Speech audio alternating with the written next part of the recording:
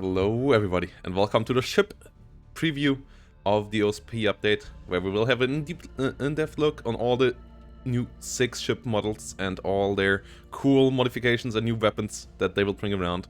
But before we go into all the new cool stuff, one shout out to the next Nebulous 2v2 tournament that we will hold on the 5th of March, and that will be obviously live casted on Twitch as always, but especially it will be fun to participate in, as it is a Swiss style format, so no matter how you fare in the first couple of rounds, you will have 4 games to play, so we will have a good fun day of games, 4 games for each team participating in this Swiss style format. And yep, fleets also are relatively loose. You can mix OSP and ASN ships if you want to. You can go full OSP, you can go full ASN. It's just, yeah, get whatever fleet you want with the new patch that comes out on next Monday, the 27th of February, and get yourself some cool stuff together, and then join the tournament on the weekend and have some fun.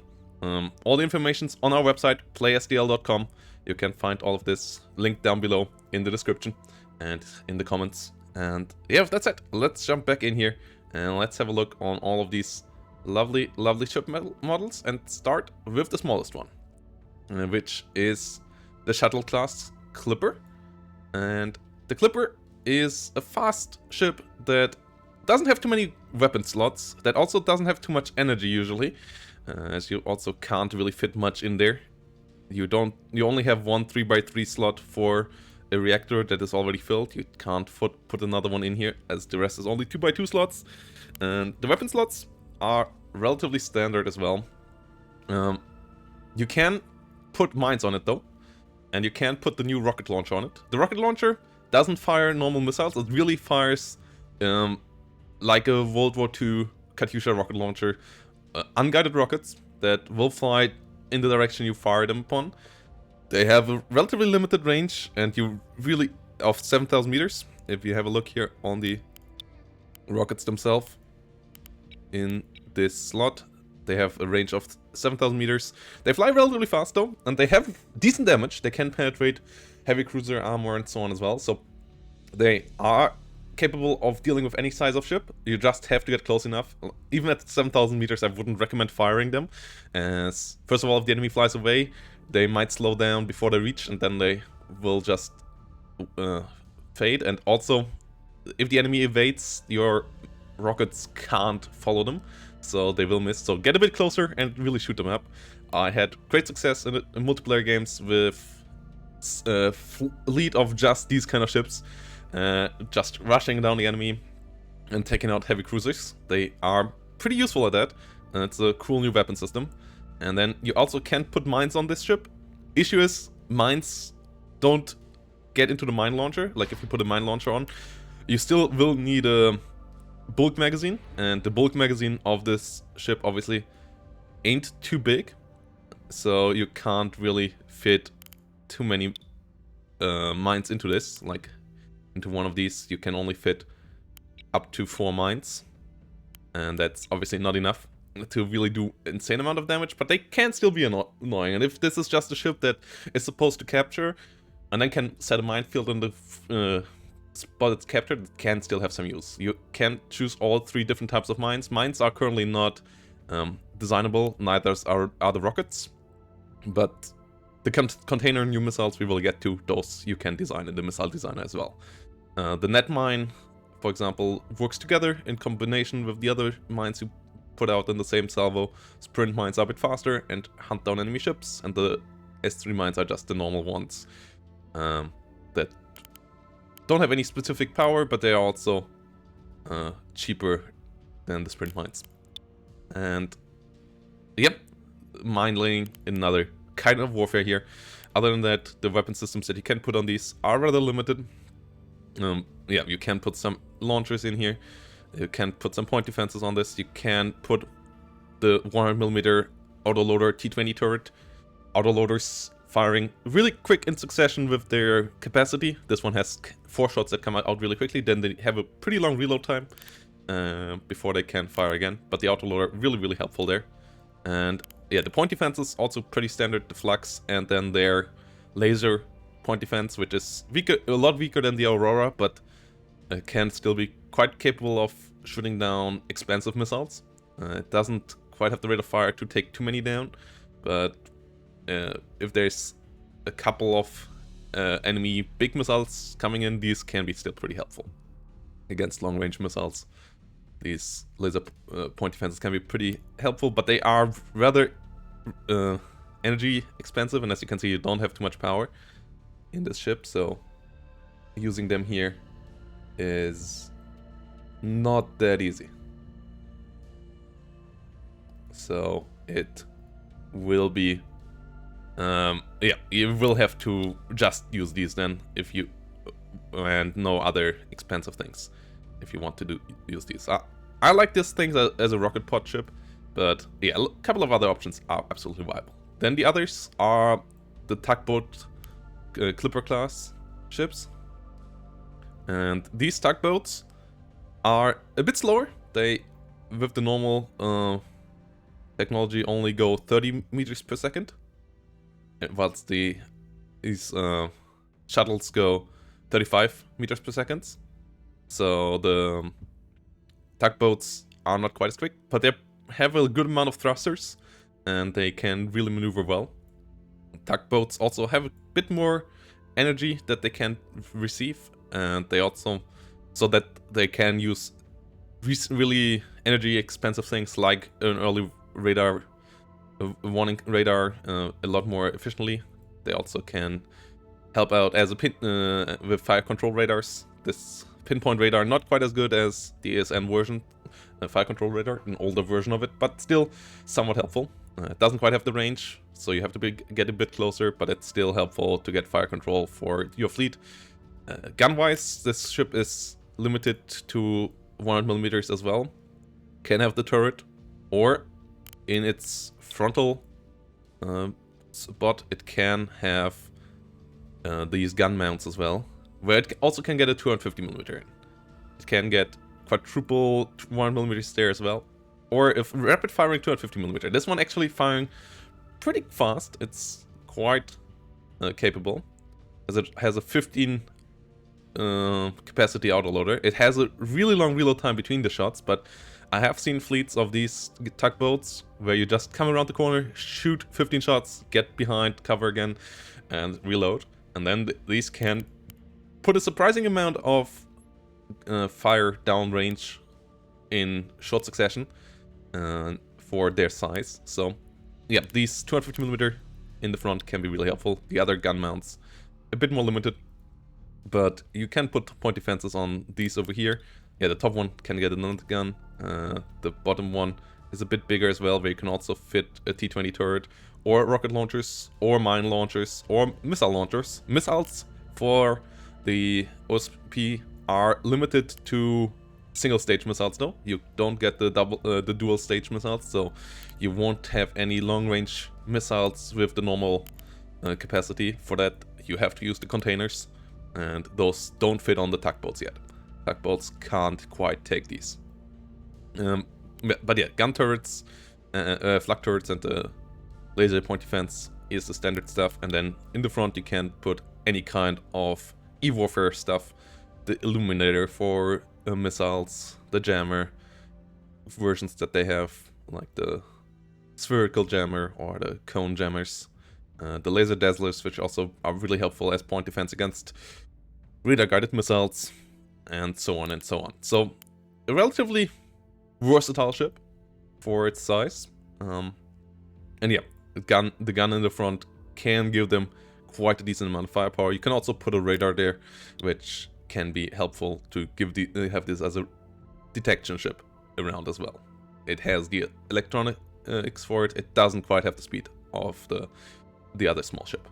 And now we come to the mid-sized ship of this, and that is the cargo feeder class, which has a good bit more energy, and also it's one of the few ships of this that actually of the OSP that actually has decent amount of armor. This one has 40 centimeters of armor, whilst these two here, for example, only have 5 centimeters of armor. So it's actually quite heavily armored.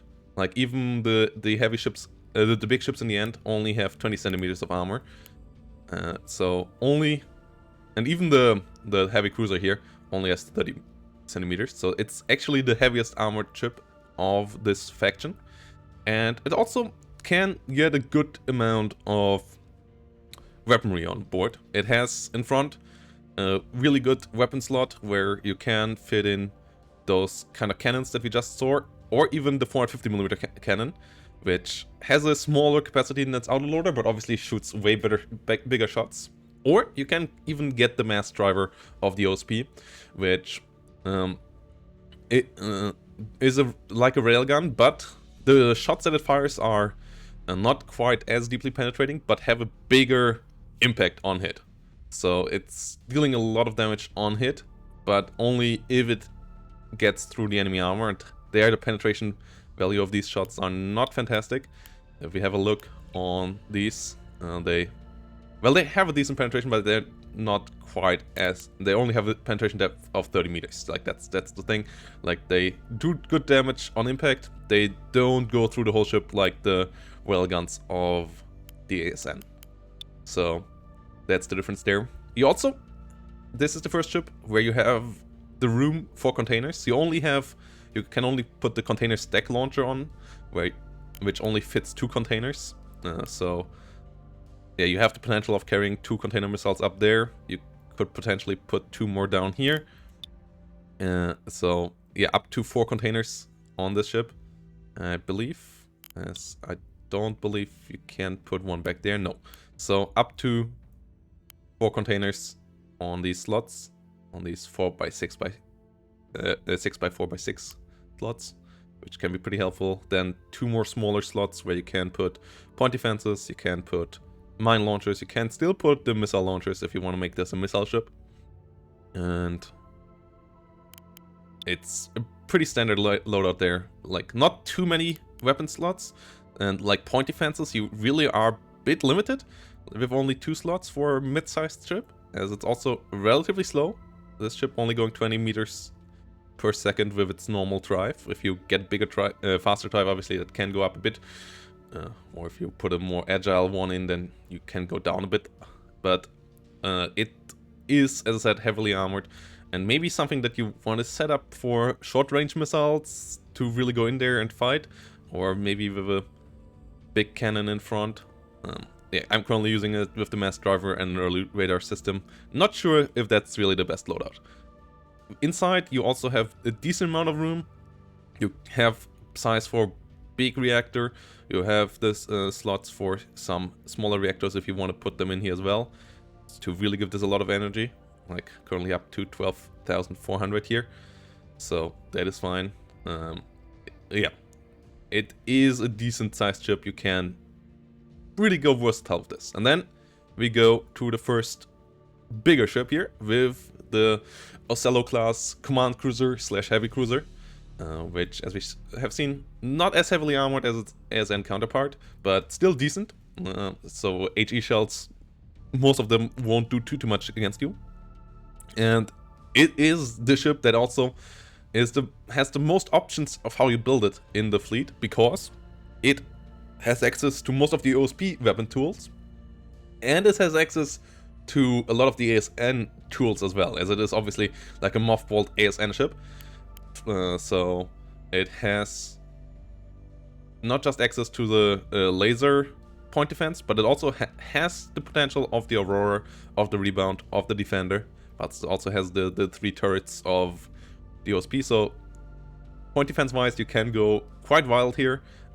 With the E-Warfare, you can go wild as well. You have the 3 different illuminators, the 2 of the ASN, the 1 of the OSP, the jammers. You also have different options, including the new laser dazzler, the radars, the fire control radars. You also have the 2 different ones, the bullseye, just being superior though, but it's a bit more expensive. No, like, it's quite a bit more expensive. So if you want to go cheap, you can use the pinpoint on this one as well. If you maybe want to go with 2 heavy cruisers. And then, weapon-wise, you are really able to go ham. The only thing that you don't have compared to the heavy cruisers of the ASN is beam turrets. None of these ships have beams, but what you have instead is plasma cannons. And plasma cannons are a really cool new feature that is kind of key to a lot of playstyles with the OSP, as the guns with their shots melt enemy armor. They blow away enemy armor, and then where they hit, the enemy armor is weaker, so that HE rounds of smaller caliber guns can actually deal damage, or AP shells of really small guns can actually do damage against the enemy ship. So these plasma cannons, they don't deal the most damage themselves, but they really enable other ships to do the damage. So having some plasma cannons on these ships then allows your other ships, or maybe your other turrets on this cruiser, like you could do 2 plasma cannons on top, and a quadruple mount gun turret, for example, on the bottom, with like the T-30 100mm gun turret with its autoloader firing from the bottom. Or you can do more smaller guns here. It still can use the railguns on these 3 mounts that it has. So one of the only ship that can use these ASN style railguns as well.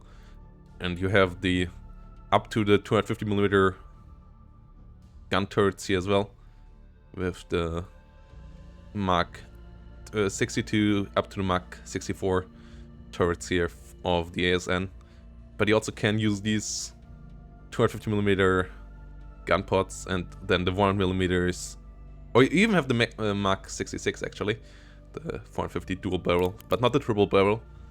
And yeah, the 100mm with the autoloaders are potential there as well. So really a lot of variety. Launchers, you kind of have everything as well. You have the up to 6 field launchers for the size 3 missiles, which only are the short-range torpedoes in this faction. You have these MLS launchers, which are basically the torpedo launchers from your magazine. You can have up to the 36 rocket launchers here if you want to just fire rockets with these heavy cruisers.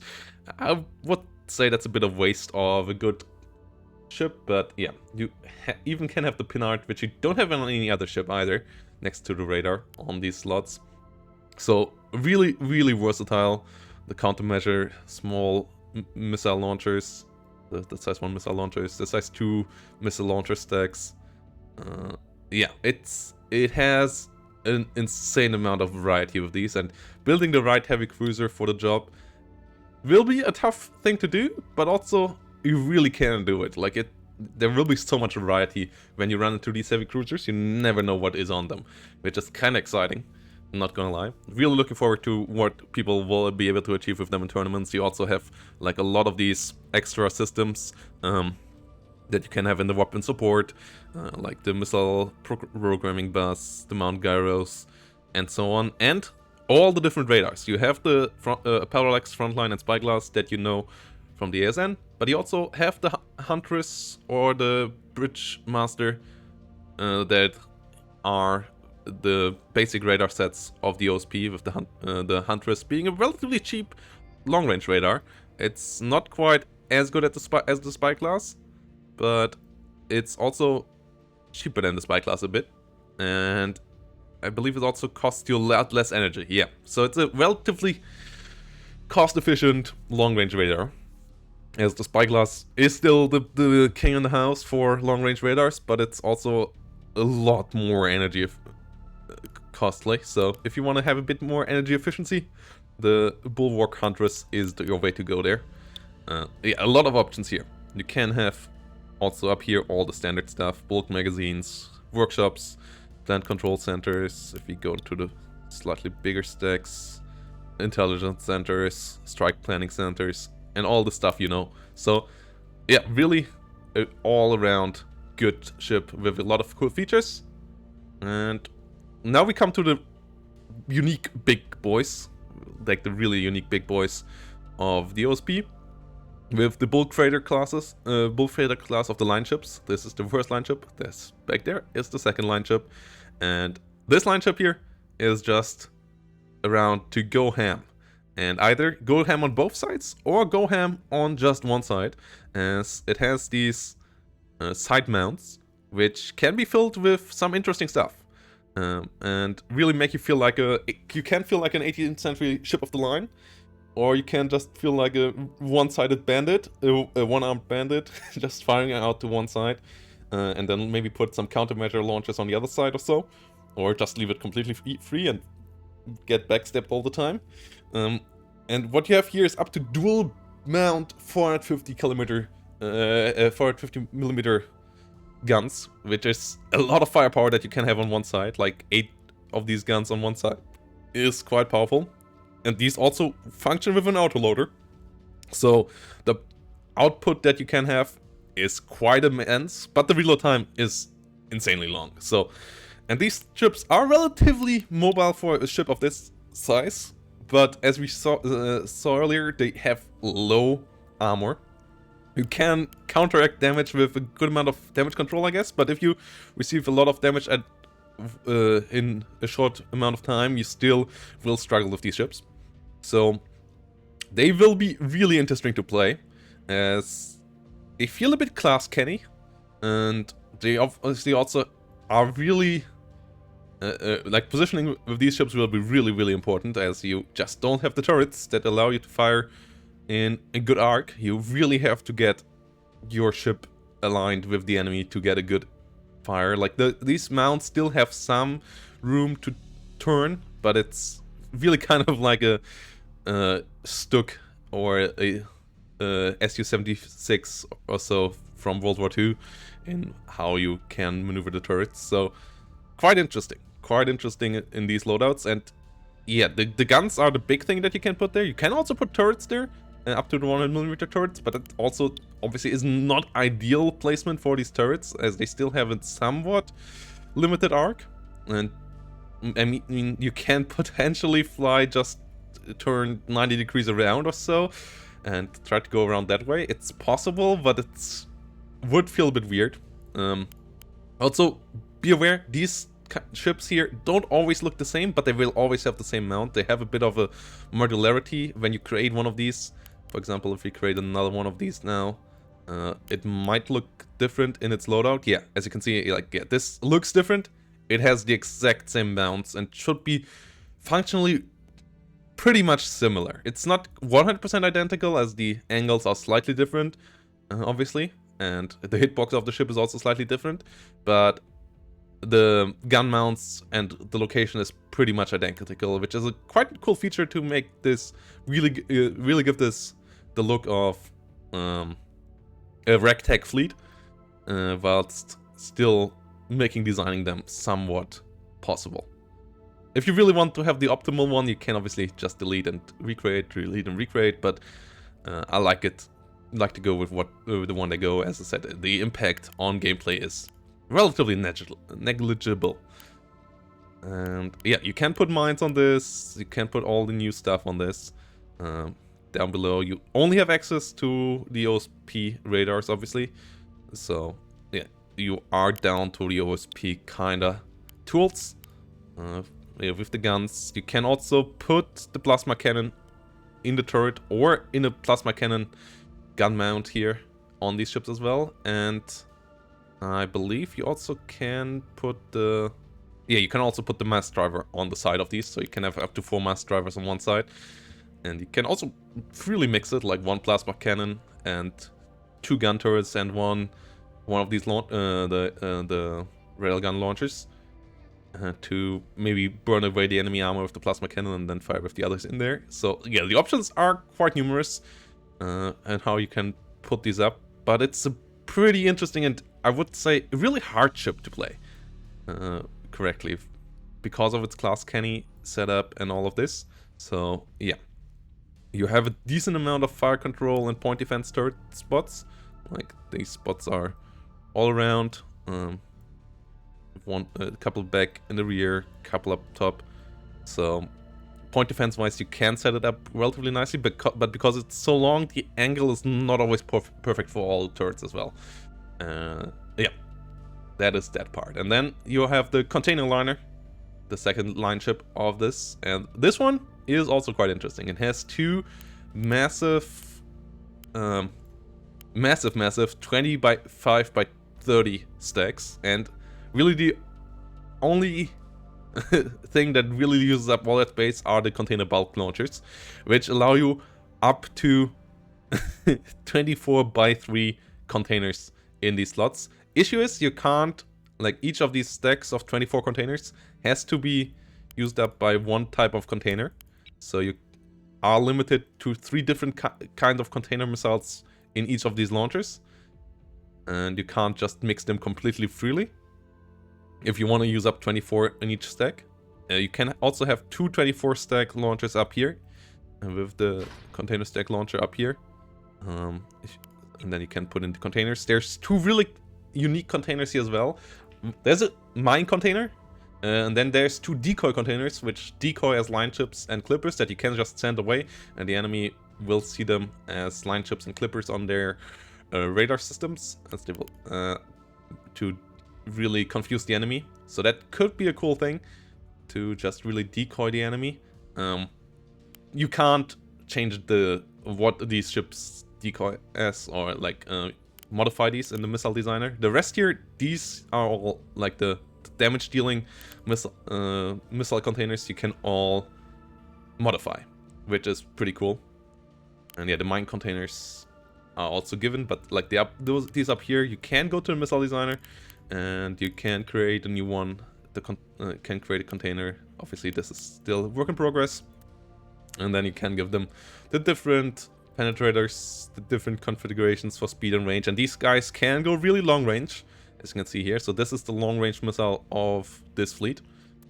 You can give them direct guidance and cruise with all the standard setup. 2 different slots, like the one in front for the seeker type. Second one can have an additional seeker, or can have also a lot of the classic things like decoys, faster setup, radar absorbent coding, and all of that stuff. So yeah, relatively classic in that kind of sense. And yeah, the long range really being the big part of it, but the long range only one stage thing, so that it doesn't have a terminal fast speed warhead. So these things will be slow all the way. They are not that fast, so point defenses will take them out relatively quickly. But if they hit, if the enemy point defenses get overwhelmed or are just not around in that number, then these missiles usually hit pretty hard. Like, they are big big things to hit the enemy ship, and they really hit them like a brick. So containers can be absolutely deadly. These ships are really expensive though. Like, even the basic cost here, if you have the breakdown, the hull itself costs you 1000 points. So it's not a cheap ship to go around. You can't have more than 1 or 2 of these in a normal size fleet for multiplayer. So be careful. Like, even you can't even build them up above 3000 with one ship. Like, you easily can spend a lot of points on these ships with the amount of containers that can come around and so on. You can put mines on these ships as well. You have a lot of extra slots. Like down here, you have that mines. Could potentially put a mine slot. And you can put guns on these slots here on the side as well, as you can see here. Obviously feels a bit of like a waste of space though. Like, if you want to have a ship with gun turrets on the side, why not just go for the Johnston, which costs you only 350 points for the hull. Why go for the container if you don't want to use it for the containers? In general balance, we'll see if this is really worth 1000 point, or if other costs there have to be found. But like, yeah, this ship currently feels a bit one-dimensional, as everything outside of containers, it really feels like it's too much of an entry cost to really make worthwhile. As outside of that, it's not that different in the amount of stuff. Like, it has a couple more slots that can fit in here in the compartments. Modules are actually, I believe, identical in the... Yeah, or even one less than... like, maybe a bit different in size. But yeah, it's pretty identical there to the bulk freighters. So it's really the containers that make the difference. And the containers are cool, but just make sure that you use the containers if you play this ship. Like, the rest is pretty similar here as well. And yeah, I hope you enjoyed this video, as this is the last class. And yeah, it's a cool one. And I'm really excited to see all of these fleets coming around. Really looking forward to the tournament and see what people design with these fleets and how the engagements between the different kind of ships and factions will go. As I really had a lot of fun on my latest Twitch stream with this new patch. and I can't wait for it to release and see all the people out there testing this out. And yeah, if you liked the video, leave a like down below, leave a comment of which ship class you like the most to see, and which one you want to build a fleet around. And I hope to see you in the next one. Bye bye, and have a great day.